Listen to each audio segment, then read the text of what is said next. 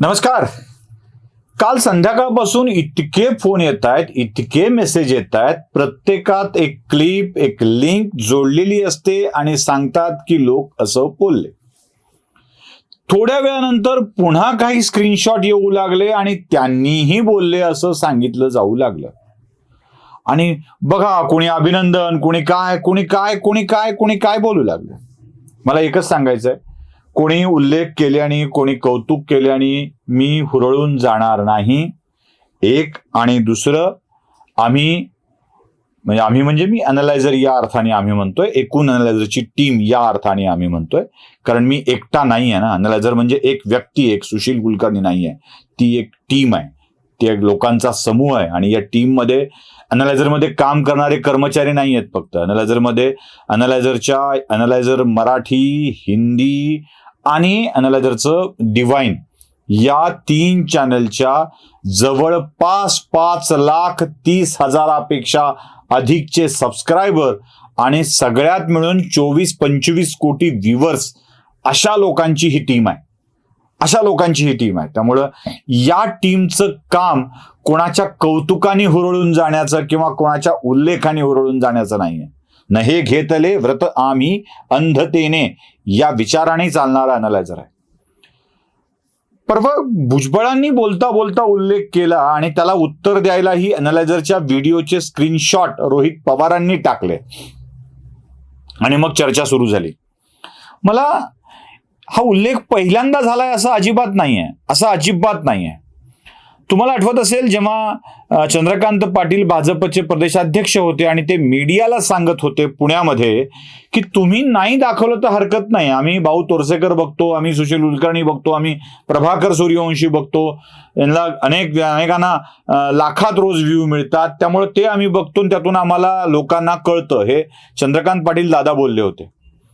दादांच्या या वाक्याचा अर्थ मला हवा तसा घेऊन मी हुरळून अजिबात गेलेलो नाहीये. उलट प्रेक्षकांच्या या सहकार्याचं प्रचंड कौतुक वाटतं की किती भरभरून देतात की नेत्यांना दखल घ्यावी लागते. आठवत असेल तुम्हाला, देवेंद्र फडणवीसांनी सभागृहामध्ये अनालायझरचा उल्लेख केला होता. अनालायझरचे सुशील कुलकर्णी बोलतात, ते तुमच्याही विरोधात बोलतात, आमच्याही विरोधात बोलतात म्हणून काय असं करायचं का, हा देवेंद्र फडणवीसांचं ते वाक्य होतं. म्हणजे त्याही वाक्याने आम्ही कधी हुरळून गेलेलो नाहीये. अथवा त्याचा बाजार बघा, आमच्या वडिलांच्या गळ्याला कसा चाकू लावला होता वगैरे वगैरे असं करून त्याची सहानुभूती मिळवण्याचा प्रयत्न केला नाही, करणारही नाही, अजिबात करणार नाही. म्हणजे चंद्रकांत पाटील, देवेंद्र फडणवीस या सगळ्यांच्या उल्लेखानंतर सुद्धा काही गोष्टी अशा घडल्यात की अनालायझरवरती जे बोलत गेलोय ते जशाच तसं काही राजकीय नेत्यांनी भाषण केलंय. उदाहरणार्थ अजित पवार, जशाच तसं, म्हणजे स्क्रिप्ट लिहून दिली वाटावं इतकं ते जशाच तसं होतं. म्हणजे अनालायझर बघतात याचा आनंद आहे. अनालायझरला इंटरव्ह्यू द्यायला अनेक पुढारी आलेत, आम्ही जाऊन काही जणांचे मागून घेतलेत. त्याचं कारण आहे अनालायझरची आपली एक भूमिका आहे. रोहित पवारांनी आपल्या ट्विटमध्ये देवेंद्र फडणवीसांचे खास असा उल्लेख केलाय, खास असलेला युट्यूबर. अजिबात नाही. ना आम्ही देवेंद्र फडणवीसांचे खास आहोत, ना आम्ही नरेंद्र मोदींचे खास आहोत. खास म्हणायला दोन्हीकडून खास असावं लागतं कुठल्याही बाजूनी. हे म्हणजे ही इथे विचारधारेचं खास असणं आहे. आम्ही आहोत आमच्या विचारधारेचे खास, त्या विचारांना घेऊन चालणाऱ्या त्या परंपरेचे खास, कारण तीच परंपरा पुढे चालू ठेवायची. फक्त फरक इतका आहे की आजवर माझ्या विचारधारेला लोक शिव्या द्यायचे आणि मी त्या विरोधात कोणीही बोलत नव्हतं. आता त्या बोलण्याला उत्तर देणारी माणसं आलीत म्हणून त्यांच्याकडे काही लोक बघू लागलीत. आणि मी नेहमी सांगतोय, अनालायझरच्या सबस्क्रायबरची संख्या 4.25 लाख, आमचे मित्र प्रभाकर सूर्यवंशीच्या सबस्क्रायबरची संख्या 5.5 लाख, भाऊ तोरसेकरांच्या सबस्क्रायबरची संख्या 7 लाखाच्या आसपास, यातले कॉमन सोडले तर 5-6 लाख एकूण सबस्क्रायबर आमच्या मराठीतल्या टॉप सबस्क्रायबर असलेल्यांचे बाकी सगळ्यांचे मिळून. त्या तुलनेत मराठीतच अनेक सबस्क्रायबरची संख्या असलेले, यापेक्षाही जास्त असलेले युट्यूबर्स अनेक आहेत. हिंदीत तर मिलियन्समध्ये आहेत, बिलियन्समध्ये आहेत, व्ह्यूज तर काय अब्जात आहेत सगळ्यांचे. यामध्ये आम्ही आहोत एक छोटासा घटक, खूप छोटा घटक, ज्या छोट्या घटकाला अजूनही समाजातून मान्यता मिळायची बाकी आहे. आमची उदाहरणं देऊन कोणी बोलणार असेल, सांगणार असेल तर लक्षात ठेवा, तो जो गावबंदीचा व्हिडिओ होता तो कोणाला उदाहरण देता यावं म्हणून केलेला नव्हता. तो व्हिडिओ वस्तुस्थिती सांगणारा होता. राजकीय पुढाऱ्यांना गावबंदी असेल, राजकीय पुढाऱ्यांना गावबंदी असेल तर सरसकट पुढाऱ्यांना गावबंदी लागू झाली पाहिजे. एका पक्षाचा पुढारी गावात येऊन जातोय, दुसऱ्या पक्षाच्याला परवानगी नाही, हा असा प्रकार होता कामा नाहीये असं आमचं म्हणणं होतं आणि तेच आम्ही मांडलेलं आहे. त्यात काही वेगळं वावगं असं काही मांडलेलं नाही. भुजबळांसाठी ते सोयीचं होतं, भुजबळांनी ते घेतलं, आमचं कौतुक केलं. राहिला प्रश्न रोहित पवारांनी भुजबळांच्या विरोधात केलेल्या, भुजबळांच्या विषयात केलेल्या व्हिडिओचे दाखले देण्याचा. तर होय, अजूनही ते व्हिडिओ अॅनालायझरच्या युट्यूब चॅनलवरती अवेलेबल आहेत. भुजबळांनी ज्या ज्या वेळेला मी मानत असलेल्या हिंदुत्वावरती अटॅक केला आहे त्या वेळेला आम्ही बोललो. भुजबळांनी ज्या ज्या वेळेला मी मानत असलेल्या विचारधारेला चुकीचं ठरवायचा प्रयत्न केलाय त्या वेळेला आम्ही बोलत आलो. भुजबळांनी ज्या वेळेला योग्य भूमिका घेतली आहे त्यावेळेला भुजबळांचं समर्थनही करत आलो. भुजबळांचा विरोध हा आमचा मुद्दाच नाहीये. एवढंच काय, शरद पवारांच्या विषयी बोलताना, शरद पवारांच्या एकूणच कारकिर्दीविषयी बोलताना काही व्हिडिओ असे आहेत अॅनालायझरवरती जे मी तुम्हाला दाखवतो. पण मुळे ही माहिती खरी आहे जी पवार सांगतायत. विनाकारण पवारांना ही माहिती खोटी सांगितली म्हणजे ब्रिटिशांच्या काळामध्ये कुठलं आलंय सभागृह, त्या कुठे घेऊन गेल्या होत्या, हे असलं काहीही बोलू नका, हे खोटं आहे. 1938 ते 1947 या कालखंडामध्ये शारदाबाई गोविंदराव पवार या पुणे लोकल बोर्डाच्या एकमेव महिला सदस्य होत्या, हे 100% सत्य आहे. ज्यात आम्ही शरद पवारांची बाजू घेऊन शरद पवार खरे कसे बोलले ते सांगितलंय. शरद पवार खोटे कसे बोललेत जितक्या हिरहिरीनं मांडलंय ना तितक्याच हिरहिरीनं शरद पवार खरे कसे बोलले आहेत. संदर्भ सांगून ठेवतो. तो संदर्भ आहे शरद पवारांच्या मातोश्री पुणे जिल्हा बोर्डाच्या सदस्य होत्या तेव्हा शरद पवार अगदी छोटे होते, लहान होते. शरद पवारांनी सांगितलं की मी आईच्या गर्भातूनच सभागृहाचं बाळकडू घेऊन आलो आहे. काही लोकांनी याला विरोध करण्याचा प्रयत्न केला होता. मी ते स्पष्टपणे सांगितलं होतं की शरद पवारांचं हे खरं आहे. जिथे माझा विषय चुकलाय तिथे माफी मागितली आहे, वापस घेतलाय, काही संकोच वाटणार नाही. अरे जिथे चुकलंय तिथे चुकलंय, जे मांडायचंय ते मांडायचंय, काही संकोच वाटणार नाही क्षमा मागताना, चुकल्यावरती बोलताना. कित्येक वेळेला प्रेक्षक त्या दुरुस्त्या नंतर करायला लावतात आणि त्या दुरुस्ती करून आपण घेतो सुद्धा. केलंच पाहिजे. भूमिका घेऊन मांडणं. मी आधीच नेहमी सांगतो की मी ज्ञानी नाही, मी ज्ञान मांडत नाही, मी भूमिका मांडतो.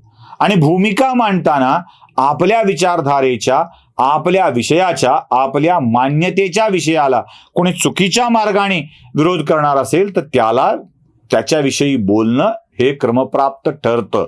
कोणी बोलत नाही म्हणून मी बोलतो. भुजबळांच्या विषयात आम्ही स्पष्टपणे सांगितलं ज्या ज्या वेळेला भुजबळांच्यावरती खुलेपणाने टीका करायची होती, म्हणजे भुजबळांनी मंदिराच्या विषयी, पुजाऱ्याच्या विषयी बोलले तेव्हा भुजबळांच्या विरोधात व्हिडिओ केले. भुजबळांच्या भ्रष्टाचाराचे मुद्दे निघाले तेव्हा भुजबळांच्या विरोधात व्हिडिओ केले.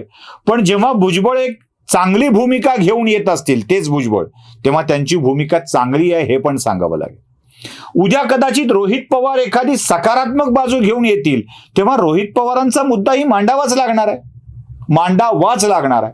आज भाजप मी मानत असलेल्या रामाला सोबत घेऊन जात आहे. आज भाजप मी मानत असलेल्या हिंदुत्वाच्या मुद्द्याच्या सोबत आहे म्हणून भाजपची बाजू घेतोय असं वाटू शकतं. उद्या भाजपच्या विरोधात व्हिडिओ करावे लागणार आहेत भाजपने मुद्दे सोडल्यावर.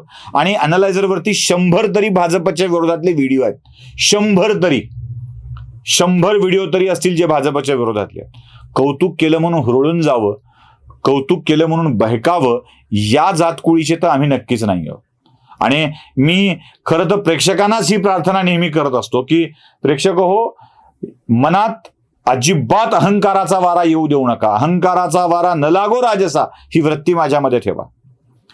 तुम्ही माझ्या मनात ज्या दिवशी अहंकार येईल त्या दिवशी हे युट्यूब चॅनल बंद करावं लागेल.